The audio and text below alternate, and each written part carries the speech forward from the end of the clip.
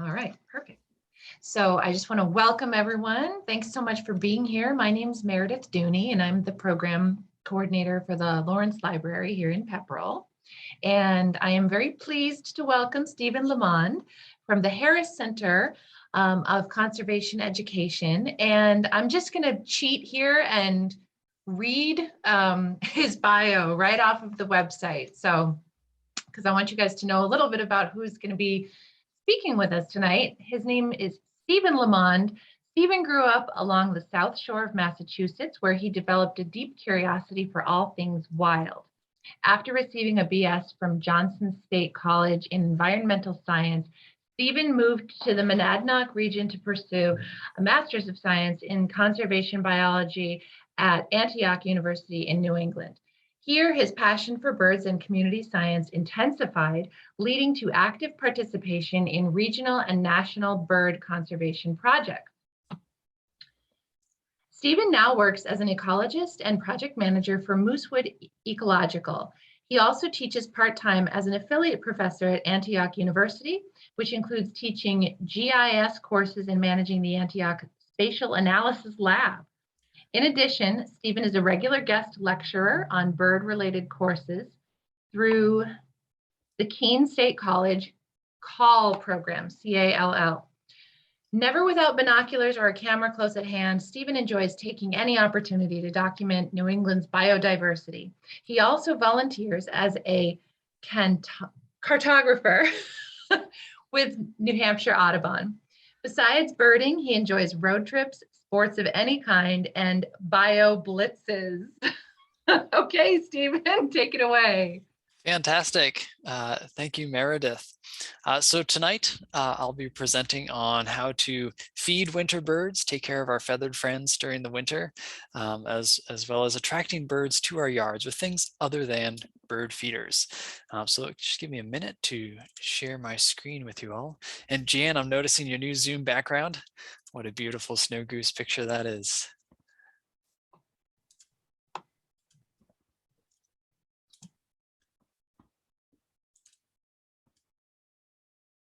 Alrighty, can everybody see my screen? Great, thank you. So if you have questions during the presentation, feel free to type them in the chat, and Meredith and I will get to them towards the end of the presentation.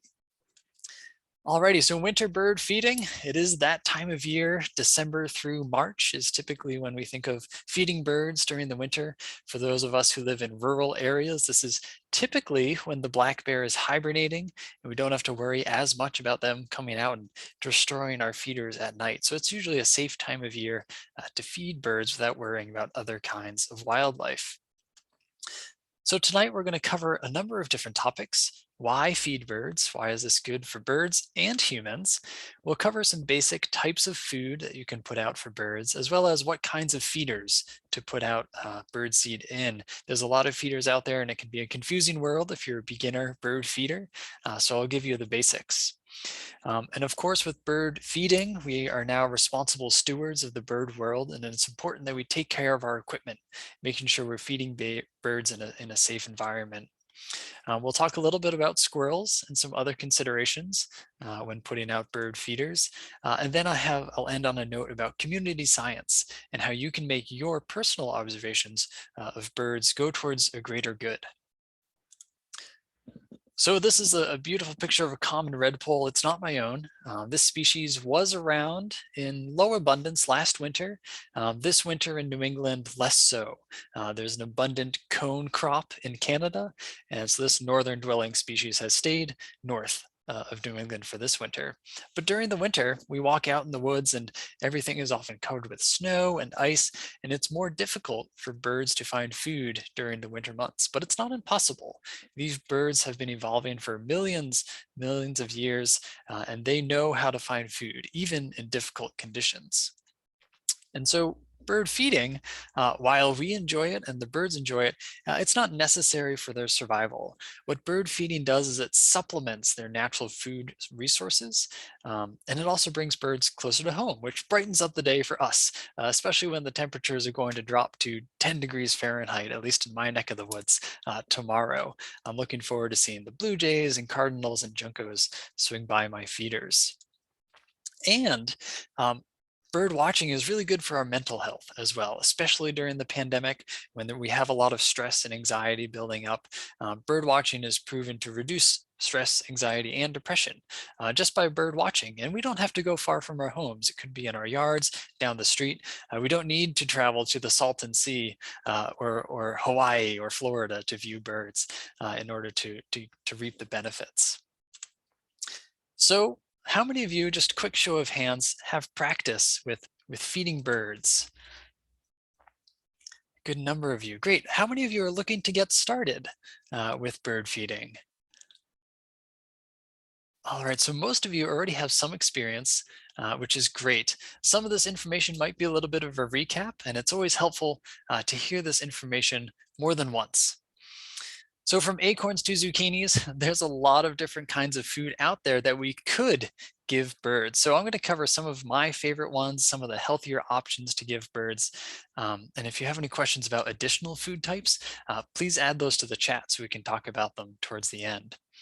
So this slide here just focuses on different kinds of bird seed. These come from plants. You could either grow them at home or buy them in the store. All the ones that don't have the red circles, these ones are great. They are high in fat and protein, and they're enjoyed by a good diversity of birds. The ones with the red circles through them, these types of seed are not preferred by birds, and they're usually tossed to the ground and left for the squirrels and shrews and other mammals that might get these as a treat. So I'm going to dive into a little bit more detail about some of these, but I wanted to show you first this really helpful chart that I turn to when I'm thinking about what kinds of birds I want to attract to my yard. You'll see that sunflower seeds up at the top attract the greatest diversity of birds just from one type of seed. Safflower could be considered a second favorite, but then there's other things that enjoy only Niger seeds or mostly suet. So jays and woodpeckers are open to eating peanuts on occasion, where if you're picking up Niger or thistle seed, that's best for attracting finches or small sparrows. And so if you're out in the store looking to buy bird seed, most bird seed bags on the back will have a helpful chart for which bird species or types of birds this will attract, as well as if you're shopping online. So always look for those charts if you're getting new bird seed or seed mixes, and it'll provide a helpful guide. So for those of you who have Carolina wrens and cardinals and juncos visiting your yard, but you want to attract, say, a pileated woodpecker, you could try putting out a different kind of sunflower or additional suet to try to bring in more woodpeckers. So let's talk a little bit about sunflower seed. It comes in a couple different varieties, the best of which, of course, is the black oil sunflower seed. This has a thin seed shell. It's very high in protein and fat, which is what birds have evolved to burn their calories from.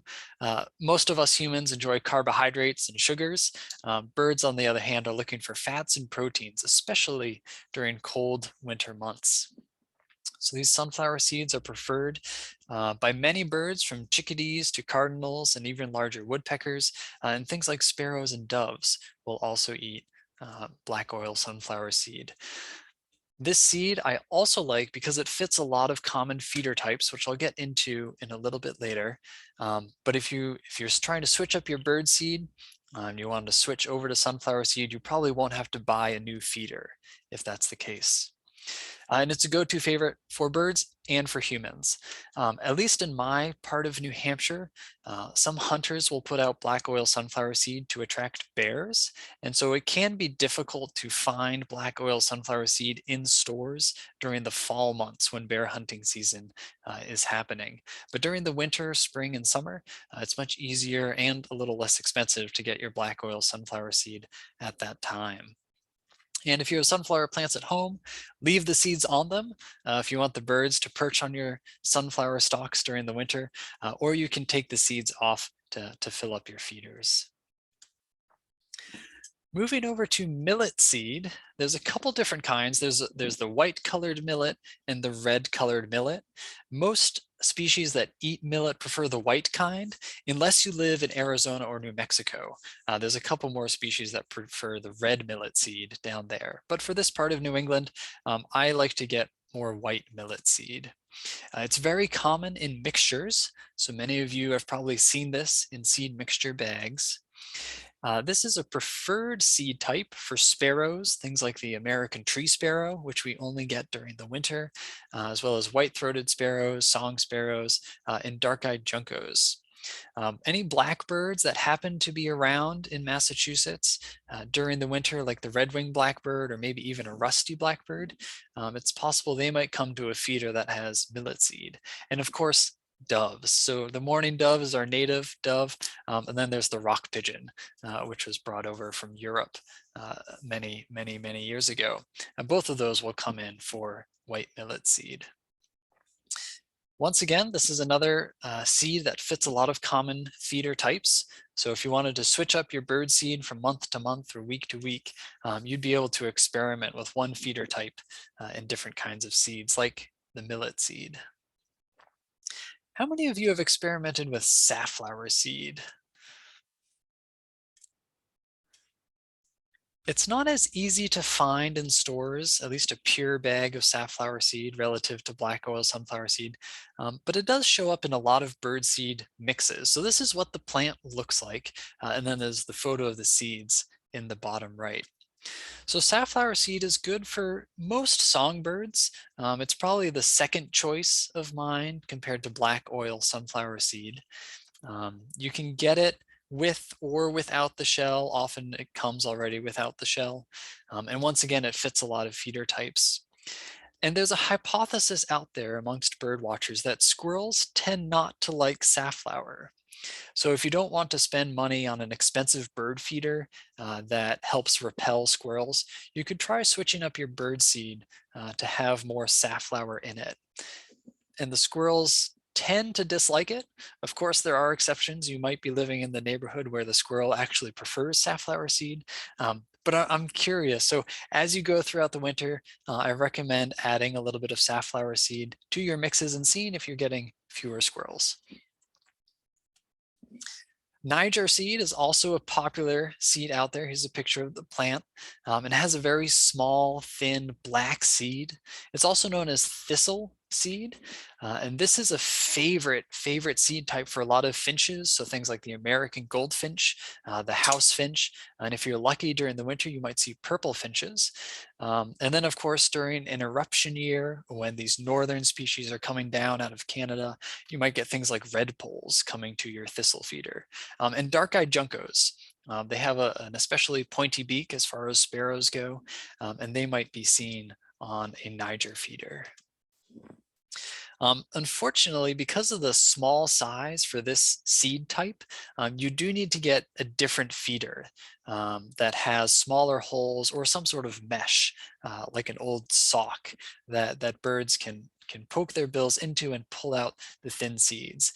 If you try to put Niger seed into a black oil sunflower feeder, it would just pour out of the bottom continuously and leave a buffet for the squirrels. So make sure you have the right feeder before you fill it with Niger seed. Peanuts. This is a great one. They're easy to find in stores. They're much larger than a black oil sunflower seed or a safflower seed. And so you'll get different kinds of birds in addition to squirrels. Squirrels love peanuts. You can get your peanuts shelled or unshelled. It's a little more expensive to get them unshelled because there's more work going into making that product. But the shelled ones there'll be less of a mess on your deck or in your backyard if you do get the ones without shells.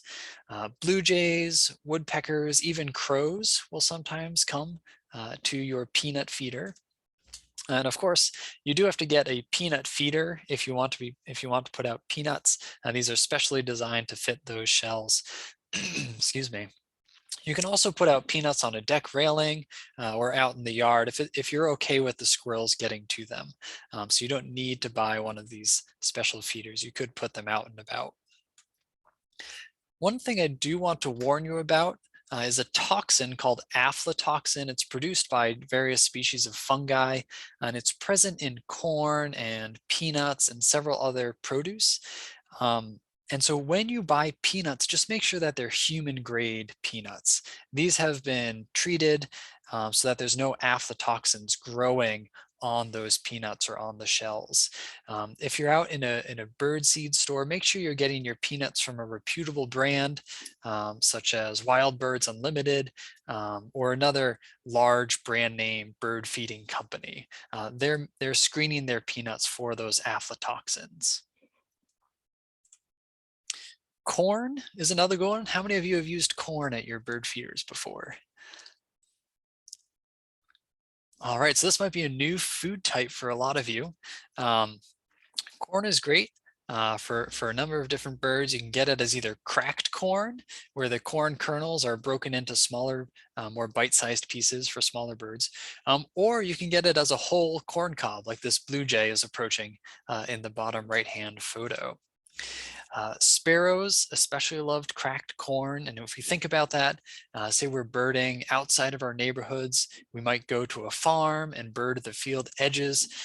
We see lots of sparrows taking advantage of the cover in the edges of those agricultural fields, and then they're benefiting from the leftover corn and other seeds from that year's harvest that were left in the field. Snow geese as well will also key in on agricultural fields that grew corn, because they'll often find leftover corn kernels. Doves and jays also really enjoy cracked or whole corn. I will typically place corn straight on the ground so it's more accessible for sparrows and doves, or you could add it into a homemade mix. If you wanted to throw in some black oil sunflower seed, a little safflower seed, you can make your own custom mix to customize the birds you want coming to your feeder. The other thing with corn is make sure you're getting it from a reputable source, because this can also have aflatoxins mixed in if it's meant for cows or non-human grade food.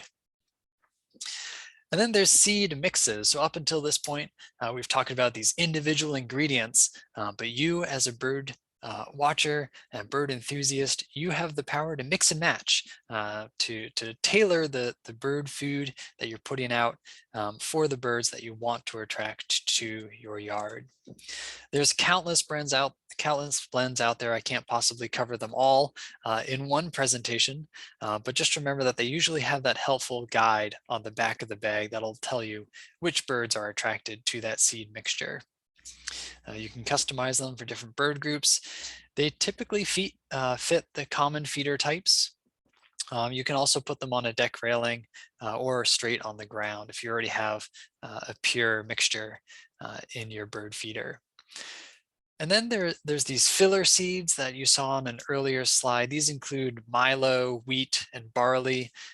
These seeds are typically low in fat and protein and higher in carbohydrates, so they're not a preferred food resource for birds during the winter months. If you do get a cheaper mixture, there will be a higher ratio of milo, wheat, and barley to the more important bird seed like safflower, or striped sunflower, or millet. And these lesser, less preferred seeds are tossed to the ground, and it can create quite a mess very quickly. So it's more efficient, it's more cost effective to get those more expensive bird seed bags to put out for the birds, because there'll be less waste, and you're giving them the key nutrients, those fats and proteins that they need during winter months.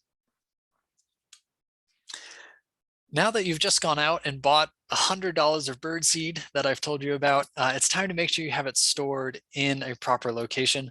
This is making sure it's dry, so there's no moisture getting into the bird seeds, and it's rodent proof. So no squirrels, chipmunks, or even bears are trying to get into your bird seed canister. And so the goal of keeping it dry and free of moisture is that no mold is growing on your bird seed. Sometimes there will be moths that will infest a bird seed container if it's been left too long or the cover hasn't been sealed tightly.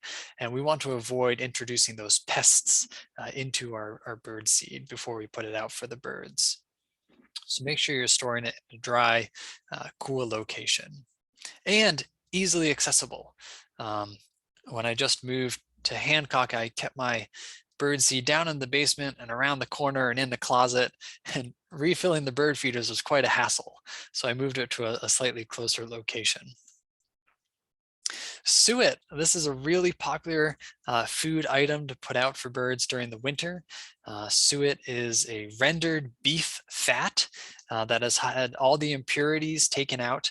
And winter is the best time to put out suet because it stays dry. It doesn't start to melt and get sticky. And when suet gets sticky, it can become dangerous for birds by reducing the weatherproofing on their feathers. You can get suet in a lot of different varieties. You can get pure beef suet, or like the type on the right, there's a lot of other ingredients mixed in. You might be able to recognize the black oil sunflower seeds.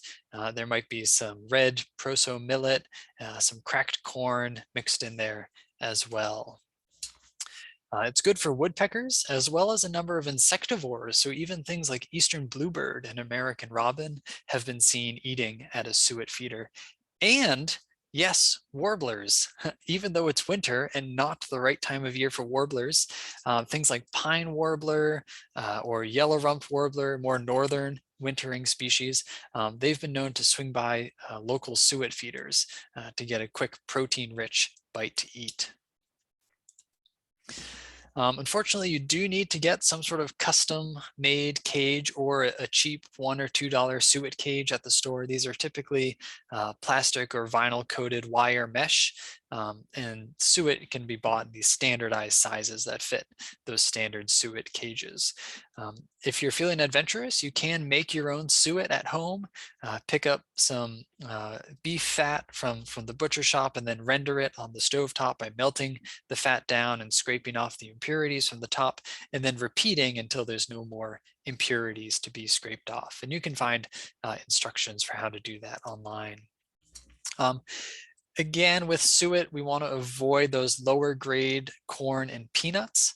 So just make sure when you're buying suet, it's coming from a reputable source where they've already screened all of the ingredients going into the suet mixture. Mealworms. How many of you have tried mealworms? A couple of people. So they're a little gross for some people. What they are dried out grubs, essentially. They're relatively expensive relative to other bird seed types because these need to be grown and then dried and then packaged for sale. They're really great for insectivores like bluebirds, robins. If you have a late eastern phoebe in the neighborhood, it might swing by to eat any out of your mealworm feeder. Orioles as well have been known to stick around during the winter if they can find a ready source of mealworms, and warblers. Additionally, during the winter, you can attract warblers to a mealworm feeder.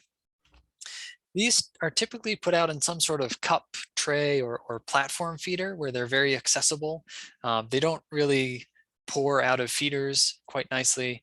They're harder for birds to extricate out of a normal feeder type. So something where there's a big open top for them to reach in and take their pick of mealworms. These can be offered dead or alive. If you're buying mealworms in the store, they're probably coming dead, but you can grow your own mealworms at home. You can raise them and then offer them to the birds, and that's really cheap if you're able to do that. So a couple things to avoid. Don't feed birds anything with salt, sugar, or chemicals. So processed food, bread, cookies, pastries, things like that.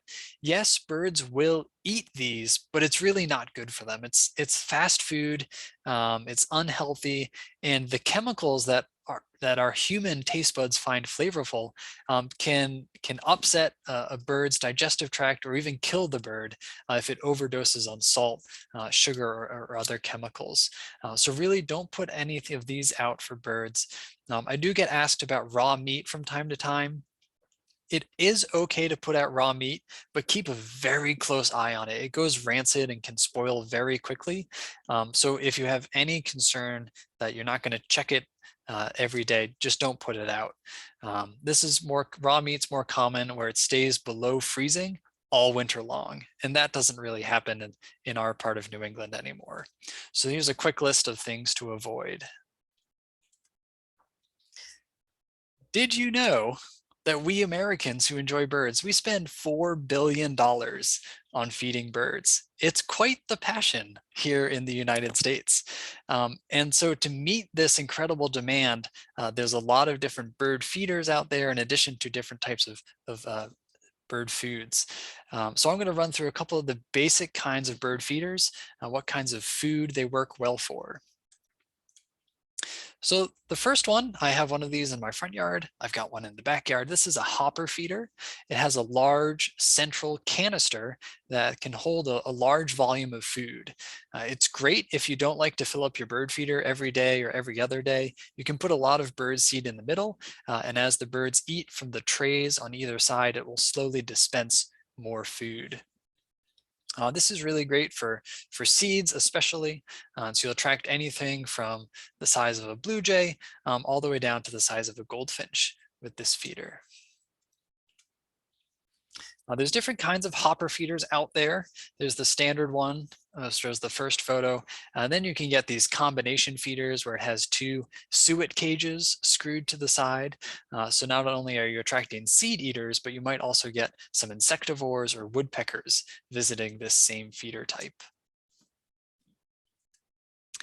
Moving on to tube feeders, this is probably the #1 feeder type in America. It's highly recommended by bird watchers and ornithologists alike.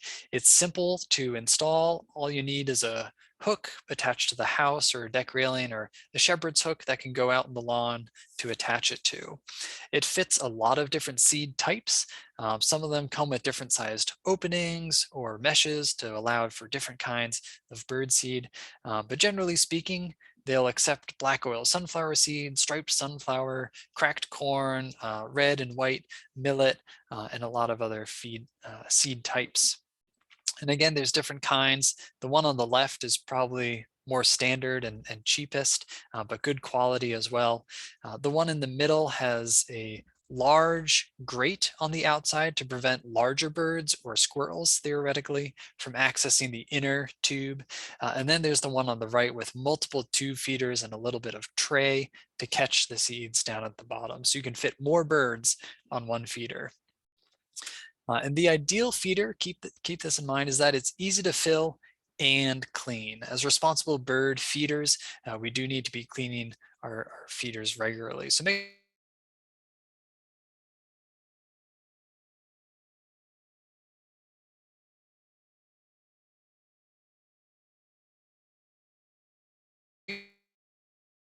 sure you get some sort of cage that can be opened on one side. It's usually plastic or vinyl coated wire mesh. They come in these basket forms. You can hang them from virtually anywhere, screw them on to a big tree in your backyard, or even attach them to a larger feeder like a hopper feeder. These are especially great for hanging birds like white-breasted nuthatches, red-breasted nuthatches, woodpeckers, and European starlings. So the European starling is an invasive species brought over from Europe in the 1800s.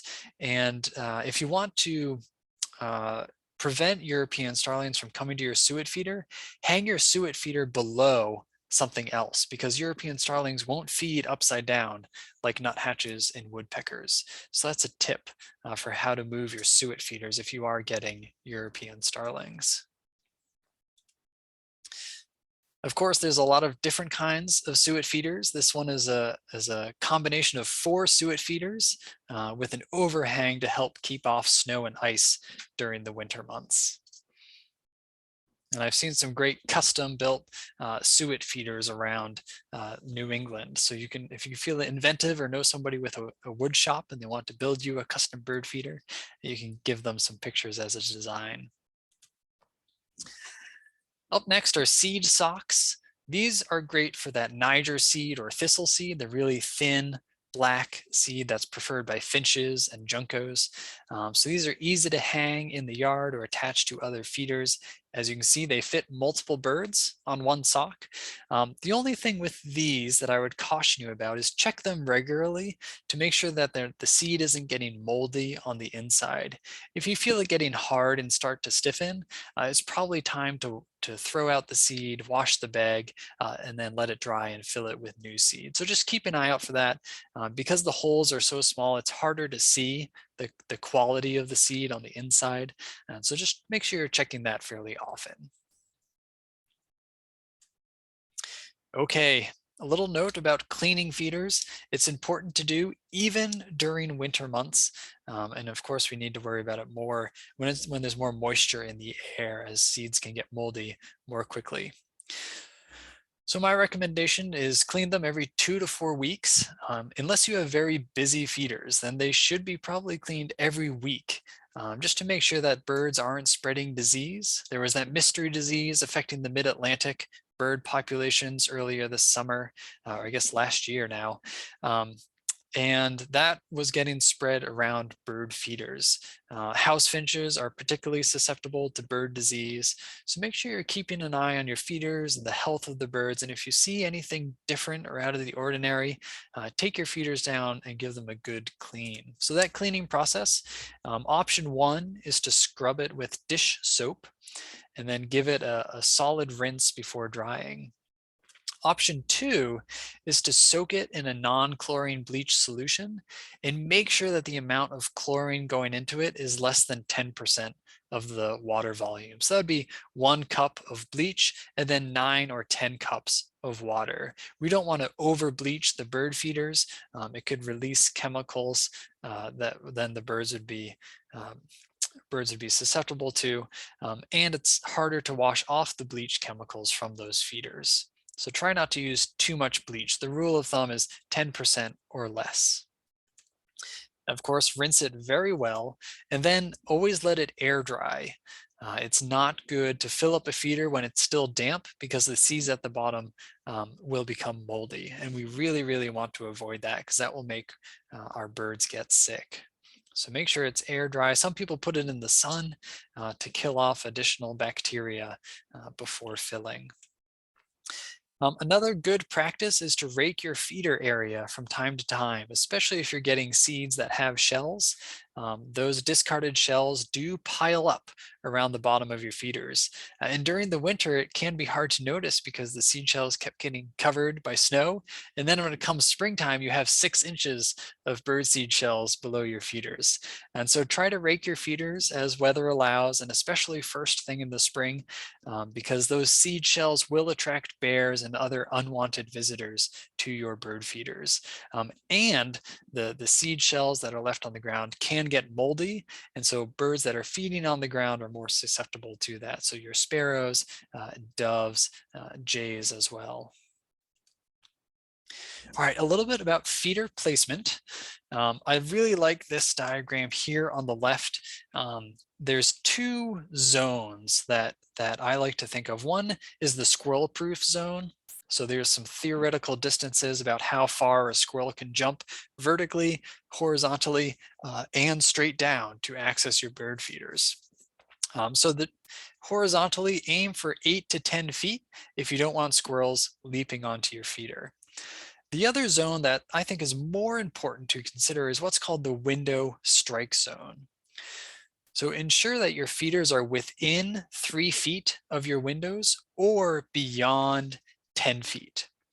If the bird, say the birds are scared by a sharp-shinned hawk or a Cooper's hawk visiting your feeder, if the bird feeder is within 3 feet, the birds won't have worked up enough speed to break their neck when they hit your window. And if the bird feeder is beyond 10 feet, that gives the birds enough time to see your window and fly in a different direction. But in that danger zone of 3 to 10 feet, windows are highly dangerous for birds. It doesn't give them enough time to see the window, and they've worked up enough speed to kill themselves when they hit the window. So keep your feeders either very close to the house within 3 feet or far away beyond 10 feet. And then this one's more specific for squirrels. Some squirrels with powerful hind legs can jump 5 vertical feet. And so if you're experiencing squirrels on your feeder, try raising how high up your bird feeder is. Squirrels can also drop a distance of 6 feet and land perfectly on the top of your feeder.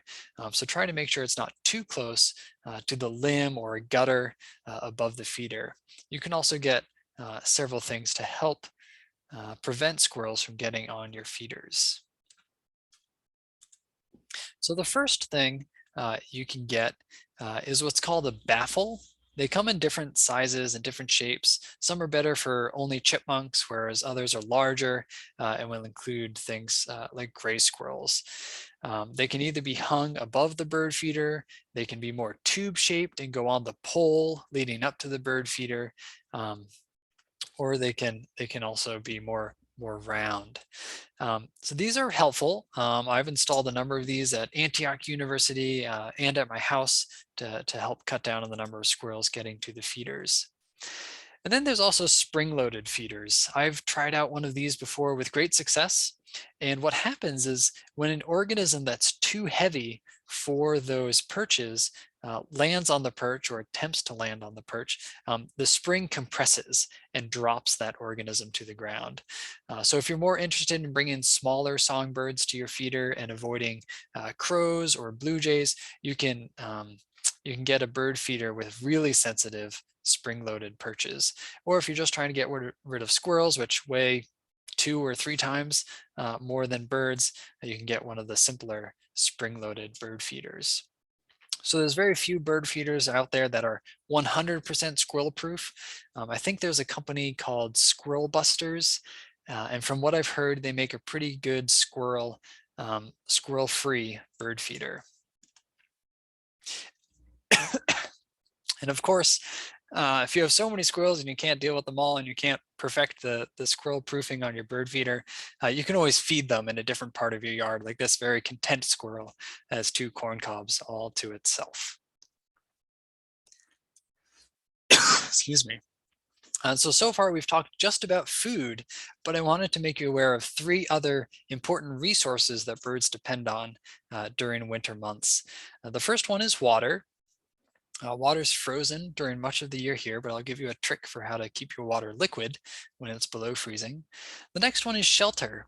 If you have mostly deciduous trees like maples and oaks planted in your yard, consider planting a conifer tree like a yew or a cedar that has more shelter. It retains its needles during the winter and will cut down on the wind going into the bushes.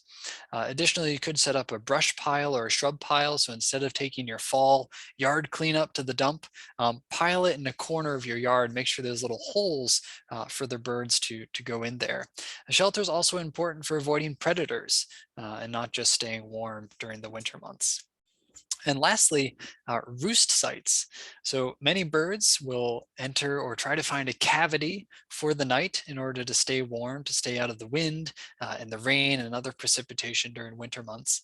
And so if you have any nest boxes in your yard, all you have to do is unscrew the front panel and turn it upside down. Then the entrance hole will be on the bottom, and when the birds pile inside, their heat will be trapped at the top of the modified nest box, and they'll stay warmer than crawling into a nest box where the hole is at the top and most of the heat is escaping during the night. So just turn that front panel upside down if you have a nest box, and you can turn it into a roost box for the winter. And so if your yard has all or some of these resources, you're now a professional bird scaper. So you're doing some landscaping specifically for the birds. And this term we fondly call bird scaping, making our yards more bird friendly. So a quick note about water. Just like humans, we and birds get water just by eating. So during the metabolic process our body uses to burn calories and generate heat, one of the byproducts is water. And so that's why we don't see birds drinking all of the time. They're drinking by eating. But water is still important for bathing and for getting a sip of water when they're not metabolizing enough water from their food. So one thing you can do is get a heated bird bath. These come in plug-in forms or solar panel forms. Some of them shoot spurts of water out, so there's a little bit of motion to help attract birds to your bird bath. So you can get these at Home Depot, Wild Birds Unlimited. You can buy them online as well. And a lot of the time, a bird bath or some form of open water during the winter will attract other birds that might not come to your bird feeders. So if you're putting out black oil sunflower seed and you haven't invested in mealworms, you still might get a beautiful flock of eastern bluebirds to visit your bird bath. Alrighty, our last main topic for tonight before we dive into questions is what can we do with our bird sightings? They're coming into our yard, they're blessing us with their presence. Let's share our observations with others so that we can contribute to the conservation and welfare of birds as a whole. So I'm going to introduce two projects for you tonight. Both of them take place across North America, so regardless of where you are, you're still able to participate. The first one is Project FeederWatch. Quick show of hands, how many of you have participated or thought about participating in this project? Okay, so this might be a new one for many of you. I think it's only $25 to enroll in the project, and you're sent a large packet with a helpful guide for how to identify common feeder birds throughout the Northeast, as well as data sheets and ways to meet other volunteers. So this project was started in 1987. It's been around for a little while. It's coordinated by the Cornell Lab of Ornithology and Bird Studies Canada. It runs from November to April. So during those winter months, plus the last month of fall migration and the first month and a half of spring migration. So even though it's already started for this winter season, you're still able to join. And the general purpose for this project is to survey birds coming to your feeders and the habitat that you've established in your yard. And so a lot of great information is answered with this project, such as food preferences for various bird species, as well as feeder hierarchies. When a red-bellied woodpecker and a hairy woodpecker are both at your suet feeder, which one is more likely to win out? So those are some of the cool research questions that have been answered from Project FeederWatch data. So if you're interested in this project, the URL is there. It's FeederWatch.org. And I highly recommend getting involved in this project if you want to take your bird note-taking to the next level. The other one I want to introduce is really easy to get involved in. It's the Great Backyard Bird Count. This is one weekend each year. This is actually the first bird research project that I got involved in. It was started in 1998 and is now run by the Cornell Lab of Ornithology as well as the National Audubon Society. This year, it's coming up a month from today, February 18th through the 21st. And the purpose is it's an international project to count as many birds as possible. Some people like to travel all day or all weekend for this project, but personally, I like to stay close to home and see what birds are visiting my feeders. So the website for this one is birdcount.org, and there's 3 steps to participate. The first one is watch birds for 15 minutes, at least once, over any of the 4 days, and then report what you saw. So 15 minutes, it's a small investment, and you can do it more than once if you like during that weekend. Count all the birds that you are able to identify, and then submit them to eBird, which is a community science database specifically for birds. You can do it through the eBird app or the eBird website. And all of the instructions you need to participate in this project are on that project website, birdcount.org. Okay, so if you're going to write down just 3 notes from tonight's presentation, I recommend these ones. Make sure you're offering quality seeds and other foods that are targeted for the birds that you want to attract to your yard. The second one is if you're planting around your yard to improve the bird habitat, always choose native plants. These provide food, water, shelter, nest sites, and roost sites all in one plant. Pretty fantastic. And lastly, make sure you're maintaining a safe feeding environment. Over 1 billion birds die annually from flying into glass windows.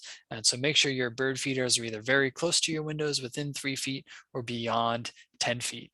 And make sure you're checking your feeders regularly for mold or any diseased birds and cleaning your feeders regularly. And with that, let's transition to questions.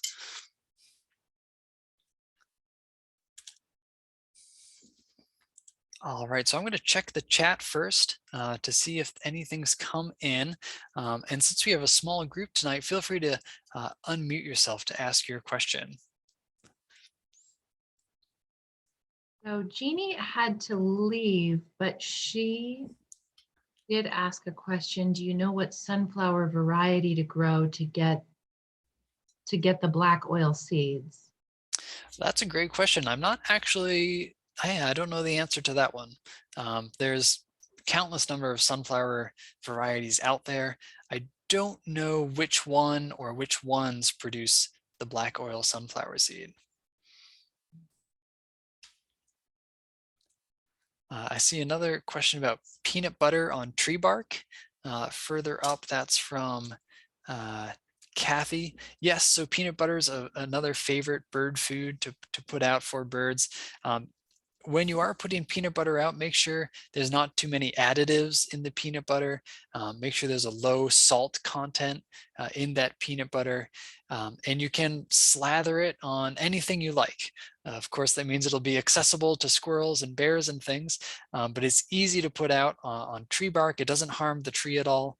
And it can especially attract woodpeckers, nuthatches, chickadees, and titmice. Great question.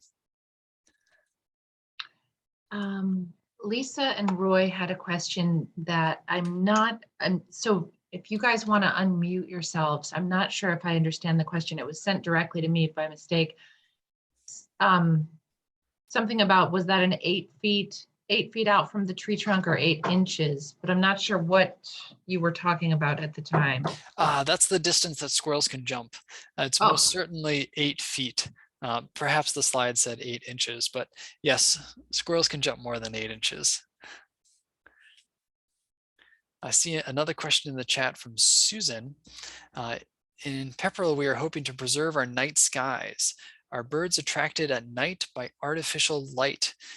They are. Some of you may have seen the news articles or studies related to the World Trade Center Memorial in New York City, where they shoot 2 bright beams of light up into the night sky. And those lights attract a lot of birds. And September 11th is during the peak of migration along the East Coast. And so the people who run that event and the local Audubon chapter have partnered where there's bird watching volunteers out, and they're estimating how many birds are trapped in the light and are disoriented. And once they've reached a certain number of birds, they'll let the organizers know, and they'll turn the lights off for about 15 minutes to let the birds disperse. Of course, we don't have lights that bright in our backyards or in our town centers, but birds can still be disoriented by artificial light. So Susan had a follow-up question. In other words, should feeders be in the dark at night, not in artificial light? I do recommend keeping your feeders in an unlit area. That will allow nocturnal birds, even owls, to hunt the area around your feeders that might be attracting small mammals during the night. If you do have the lights left on near that feeder, you might be less likely to see any owls visiting your area. So that could be a cool thing if you have all the lights turned off. I think that's all the questions in the chat. Any other questions or relevant stories people have to share in our last couple minutes? I have one question. I was thinking towards the beginning, I was curious about birds and like their sense of taste or their taste buds. Do they have taste buds, or what attracts them to these various different types of seeds? Is it more, sort of the nutrient content, or do they actually enjoy the flavor? That's a fantastic question. I think the jury is still out for whether or not they enjoy the flavor. But yes, birds do have taste buds. And not quite as many as other animals, but they're still quite able to taste. And if you've ever watched a bird pick up a seed and it looks like a perfectly fine seed, but they'll discard it, they can tell based on the weight and the ratio of how the seed is distributed within the shell. They can tell if it's a bad seed or a good seed. Like, oh, no, that's rotten. And they'll go on to the next one.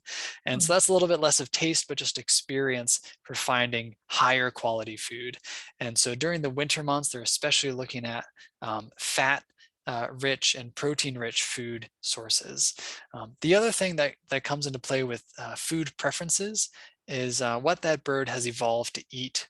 And so woodpeckers and chickadees and sparrows and doves all have different shaped bills so that they're not all competing for the same food type. And so that's why sparrows are preferring the smaller, rounder seeds often found on the ground, whereas nuthatches and woodpeckers are capable of eating both seeds and suet. So it's a little bit of competition for resources and minimizing competition so that everybody can get more food. Great question. Let's see, another question from Patty in the chat. Is there any problem putting out mealworms in the summer? We noticed bluebird fledglings coming to our mealworm feeder with their parents. No, I don't think it's a problem. As far as the latest research demonstrates, as far as I'm aware, birds will never depend on your bird feeders. It's always going to be a supplemental resource. How many of you have kids? And how many times do you get home, or have you gotten home, you're just tired and you want a quick bite to eat before you go to bed? Bird parents do the same thing. During the summer months, they're feeding their young primarily insects, with the exception of goldfinches. That's one of the only species who feed their young seeds. But they'll never depend on your feeders. It's more of a quick pick-me-up. So the best thing we can do is make sure we're putting out healthy food for their quick pick-me-up. If they're bringing the fledglings to the feeders, that's okay. Those mealworms are, they're an insect, they're an arthropod. It's healthy food for the birds, and it's teaching the birds that this is what a mealworm looks like. It's similar to things we can find out in the natural environment, and it's really high in protein. Great question. Oh, I have a summer question. I know I've attracted orioles by putting out oranges, but somehow I don't think oranges cut in half are part of their natural environment. So what else do they eat naturally? Great question. So oranges are not part of their natural environment during the breeding season. That being said, orioles winter in South America, where oranges and other fruits grow naturally. And so they're eating fruit both during the summer months and during winter months, as well as migration. So they're both an insectivore and a little bit of a frugivore. They eat insects and fruit. And so oranges are really rich in sugars, which is a quick energy boost during spring migration. And that's the best time to put out oranges to attract orioles. Some people have asked about putting food and fruit out during the winter, but it just freezes quickly and it's a little harder to eat. So keeping oranges to the warmer months, that's my personal preference. Great question. And from Patty, we had eastern phoebes nesting on our back porch. The parents were feeding their nestlings mealworms. So Patty, next summer, if the phoebes come back, keep a close eye on their feeding habits and see what other insects they're feeding to their young. I know phoebes really like spiders, as well as moths to bring to their young. So my guess is they were not only bringing mealworms. It's the parent was saying, I'm exhausted. I've been feeding these birds for 2 weeks straight nonstop. I just need something a little quicker than to go out and find another spider. That's my guess. So watch those birds for an hour and see what the percentage of food items that are getting brought. Great question. All right, well, I think unless anybody has one more, I think we're just about to the end of the presentation, the Q&A here. Any last quick ones? There's a comment from Susan about black bears. Luckily, we have black bear here now. Any suggestions for educating ourselves about the season to feed birds and when not to? Bears have only recently returned in the last several years. So it's tricky. It used to be that bears were hibernating from about December 1st to March 1st. That's no longer the case since during our winters are no longer as cold and our cold spells do not last as long. So just the other week, I heard about a black bear wandering around. Bears will come out of hibernation if it's warm enough to grab a bite to eat.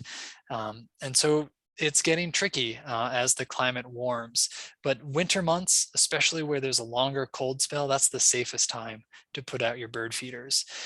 And if there are bears active, just putting your feeders out during the day and taking them in at night can help.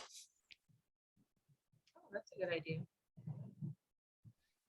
All right, well, thank you so much, Stephen. It was a pleasure having you here with us tonight. Thank you, Meredith. Thank you all. Hopefully I can come back again in the future and enjoy feeding your birds this winter. Yeah, absolutely. That would be fantastic. And I will have this recording ready probably tomorrow or the next day. So I can go ahead and send that off to anyone who was registered, who was here tonight, or anybody who maybe didn't make it to the program tonight. But yes, it was an absolute pleasure to have you. Super informative. We really appreciate your time, and happy bird feeding, everyone. Have a good night, everybody. All right. Bye. Take care.